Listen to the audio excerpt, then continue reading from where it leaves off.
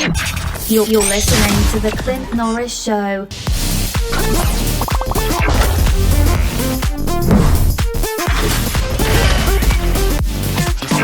Kat, what is going on? Welcome to the podcast. We finally got it. We finally have you on the podcast. It took a minute, but here we are. We did it. And then for people who don't know you, they might recognize your voice, just maybe. Yeah, maybe. But especially when I do this, you're going to hear it. That's awesome. So I looked up, you want some podcasts, and you actually do a radio show with Scott Fox? Mm-hmm. How long have you been doing that? A long time. I think that we've been doing our radio thing. We left the last station we were at, but the station we've been at now a few years in total, though, like 11 years on air together. Oh, wow. Yeah. Yeah, it's been a while. So you guys do a morning show?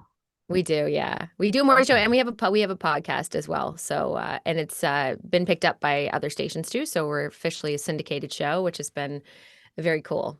And that's I think it's called like After 9. After 9, yes. Is that like uncensored?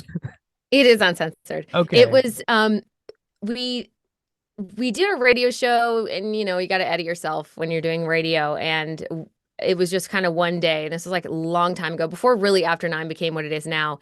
We just decided to take like one break that we did and just kind of do it unedited. So swear words and all. And the listeners really liked it. It kind of takes them out of the element of who you are in a way, because your personality really gets to shine through if you're the type that, it swears sometimes, which I do. So it kind of gave listeners like another level of us. So we continue to do it, and we still do it almost every weekday. We have a new podcast out. Okay. Speaking of TikTok, did you see what Baltimore is doing? No, are they banning something? What now? What did I miss? No, there's a AI on-air personality now. Oh gosh, yes. Okay, It's so Radio GPT or something like that. I know that there's a company that does it, but it's not very personal, is it? Have you had a chance to listen to it? Yeah, it sounds a little robotic, and I'm skeptical because there's obviously a person filming the whole time, so it's like, I don't know, it didn't seem that automated from what I saw. Interesting. But of course, it's like everybody's like, oh no, it's going to take over the radio. Yeah, of course. I mean, they said that when TV came along, how many years ago too? Oh yeah, exactly. For sure, though. I mean, the truth is, like, people are fearful of AI. It's a scary thing, and I've learned that the most, kind of being what people assume is like one of the faces of AI. They'll look to me to that, even though it's not what I do. But I've learned a lot about how scared people are of it, and I get it, because the truth is, AI will take some jobs, but there's always gonna be humans behind it and humans running it, but it's everywhere. You can't escape it.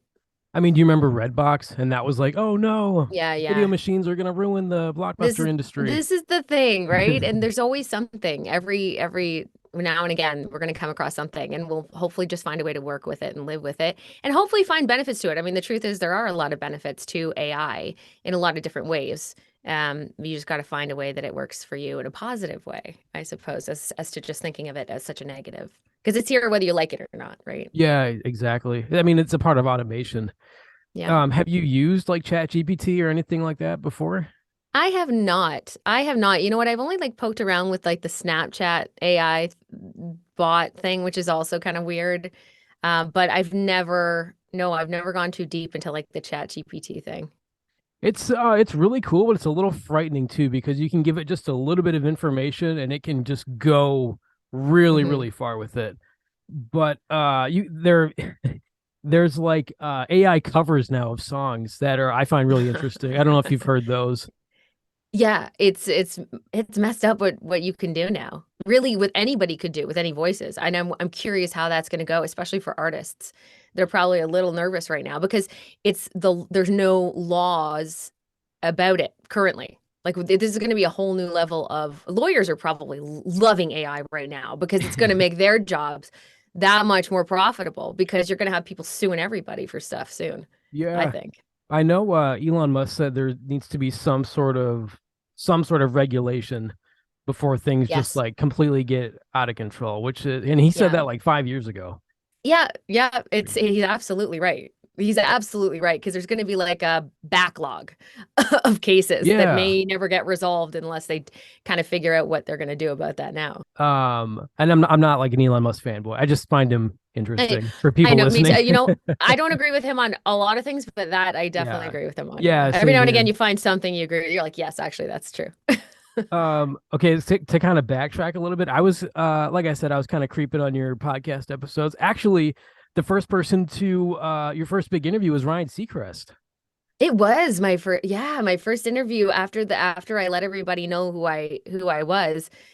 Ryan's producer reached out to me. Was one of the first ones to reach out too, which was kind of cool, and said Ryan wants to have you on the show. And I'm not sure if it had to do with like having a radio background myself. Maybe not, because I don't even think that he knew that I was in radio too. But I said yes, and I said once I start doing interviews, you'll be the first one. So I made good on the promise, and he was awesome, and his team was fun. And then you said you come from like a musical family? I do. Well, I do. I mean, I myself wouldn't call myself a musical person, but my dad is in multiple bands right now. He's got too many on the go right now, I think. My dad's in a band, and so just naturally, I grew up listening to a lot of music for sure. Shout out to your dad. Yeah, yeah. He's still trucking along at 60. What is he now? 63 or something like that. He's still doing he's busier than I am some nights. Some nights I'm like, what are you doing? He's like, oh, got a gig. Can't tonight. Okay. Thanks, Dad. What kind of music does he play? A range of things. He's got like a band that does like 50s. He's done you like any number of genres. He also plays the harmonica and the guitar at the same time. Wow. He's a president, and he's a singer as well, and he's a drummer in another band. So just all in Oh, all, wow. I didn't get any of that talent. None of it came to me. But you had, I mean, so also in that interview, you talked about you were interested in acting, or you were an actress? I'm not real. No, I'm not an actress, but I definitely, when I grew up, I knew I wanted to do something in terms of being a performer of some kind. And acting was definitely one of the first things that I wanted to be when I was little. Yeah. Did you end up doing any gigs?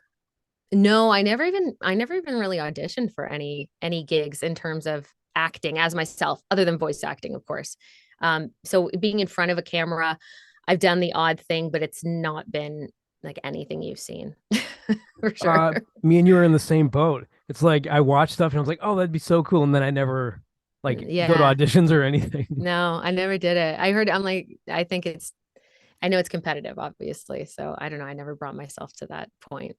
But so for anybody wondering, how did you get the TikTok gig? Well, there's certain things that I leave a mystery, and that's one of them. Oh, right. Yeah. Yeah. I like it being a little mysterious too. That's good. I like to keep people guessing. Yeah. But I mean, like you can kind of hear it in your voice, but not Yeah. completely. Yeah, it's certain inflection points, right? I mean, I don't talk like that all the time. And I think there's people who maybe assume like that's how I would talk, but obviously That is so weird. Yeah, oh yeah, I like freaking people. Every now and again I'll just bust it out just because it's kind of Man. fun and it throws people off. Well, I was actually thinking of this yesterday. I'm like, so I wonder if like in 50 years, if you're gonna pop up in like textbooks for like apps that became really, really popular. Oh, here's Kat Callaghan, who was the voice of TikTok. I know. It's Yeah. so weird. It's so weird. I actually talk with the original voice of Siri. Her name is Susan Bennett. And she and I were actually on an interview at the same time. So while we were waiting, it was a television interview. So we were kind of both waiting for our time. And so I started to talk to her about that exact thing. She's been around, like she's OG, right? So she's been around way longer than me, doing her thing. And she's awesome.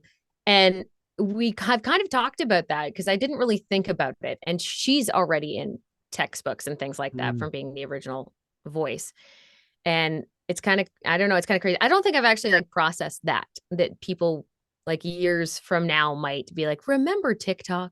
There was a voice. I mean, oh, like the old AOL, you've got mail thing. Like I'm a little too young for that, but I know that people still know the you got mail voice and things like that. I don't know if we know who that person is, mind you. But yeah, I mean, you can put a face to the voice for this, right? So that's a little different, I think, for a lot of people. You said you don't remember the You've Got Mail guy? No, like I don't know. Maybe I just didn't have AOL. I know the sound and I like remember that, but I got a Hotmail address though. Oh, So okay. I I see still how it got is. it. I still got it. I won't let it go. Okay. Do you remember the movie You've Got Mail? Meg Ryan, Tom Hanks? Yes, I do. I didn't like go to theaters watching it or anything, but I do know that movie. Same here. Yeah. I love Tom Hanks though. Yes, me too. He's the best. He can do no wrong. So what kind of voice acting gigs have you done?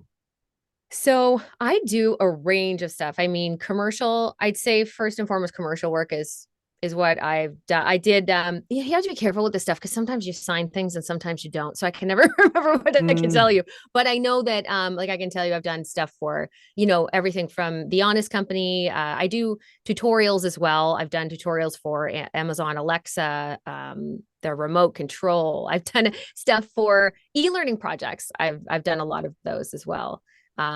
Pretty much you name it if it has a voice on it, other than audiobooks, because like not interested. But I've done pretty much like everything you can imagine in the voiceover world. The YouTube videos, podcast intros.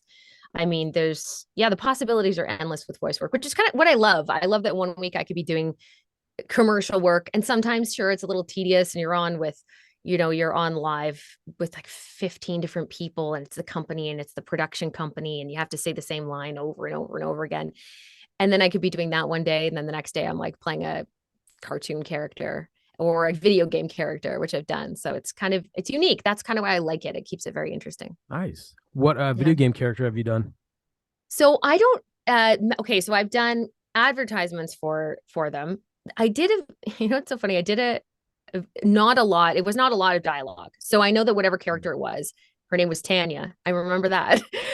And it was a short dialogue. And I don't even think I asked them to send me all of the info and I don't even think I got it. So I couldn't tell you. I've been bits and pieces in a lot of different video games for one company that does that. They just find voices for small parts, really. That's awesome. And so I've done a lot of those. Yeah.